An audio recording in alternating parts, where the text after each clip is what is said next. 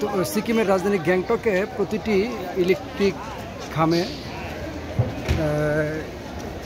ফুলের যে টবগুলো দেওয়া থাকে খুব দৃষ্টিনন্দন এবং কালারফুল বিভিন্ন দেওয়া থাকে। এই রাস্তাগুলো এত পরিচ্ছন্ন, অনেকটা মালয়েশিয়া সিঙ্গাপুরের আদলে জায়গাগুলো খুব পরিচ্ছন্ন রাখা হয় এবং তারা কোঅপারেট করে এই এরিয়াটাকে খুব পরিচ্ছন্ন রাখে। যে রাস্তা দিয়ে আমরা হেঁটে যাচ্ছি এমজে মার্গ, মহাত্মা গান্ধী, এম এ মহাত্মা জিতে গান্ধী, সেই সংক্ষিপ্ত আকারে এমজে মার্গ বলা হয়। এরিয়াটা খুব চমৎকার। শুধু এই এরিয়াটা না, সিকিমের রাজধানী ছাড়াও আমি পুরা সিকিমের প্রায় অনেক অংশে ঘুরে বেরিয়েছি। সেখানে এই ধরনের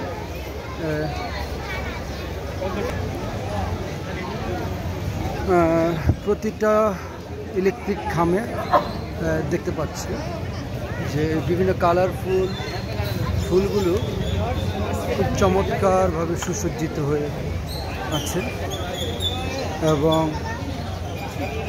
বিভিন্ন খাবারের restaurant, ornaments, gift item, clothes, international বিভিন্ন ব্র্যান্ড, রিবুক, নাইকি, অ্যাডিডাস সহ গুচি এবং ইন্টারন্যাশনাল বিভিন্ন ব্র্যান্ডের সবগুলো এই এমজি মার্গের রাস্তার আশেপাশেই দেখা যায়।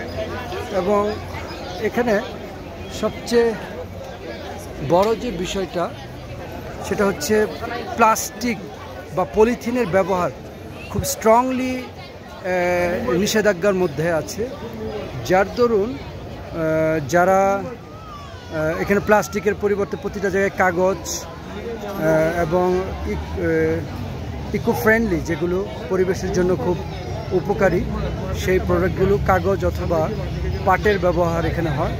কোনো দোকানেই পলি দেওয়া হয় না।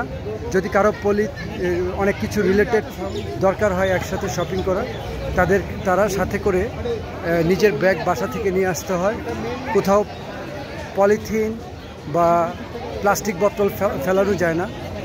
জায়গায় জায়গায় এরকম ময়লা ফেলানোর বিভিন্ন উপকরণ দেওয়া আছে।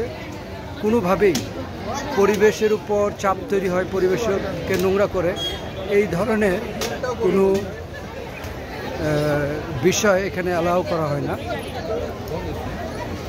আমরা একটা ভিডিওতে দিনের যে এমজে মার্গ সেটা দেখেছি, আর এই ভিডিওটা পুরোটা রাতের যে এমজে মার্গ এবং সেখানে মানুষজনের বিচরণ, সেই বিষয়গুলো দেখতে পাচ্ছি।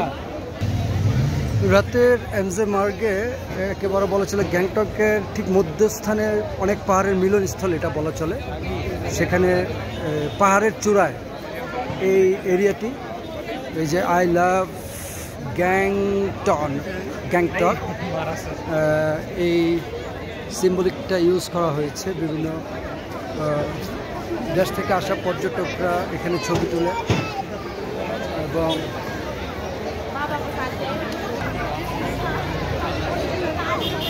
এই জায়গাটি বিদেশিদের ভারে মুখরিত, সবাই এই জায়গাটিতে আসে।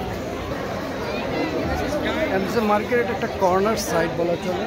এই পিছন থেকে সাইডটি এদিকে গিয়েছে, প্রচুর মানুষজন। অন্য স্টেটগুলোতে প্রচণ্ড গরম এবং বাংলাদেশেও প্রচণ্ড গরম। বাংলাদেশ, নেপাল, ভুটান থেকে প্রচণ্ড গরমের কারণে সব পর্যটনরা একটা টাইমে এসে খুব ভিড় বলা চলে, প্রচণ্ড ভিড় করছে এরিয়াটাতে।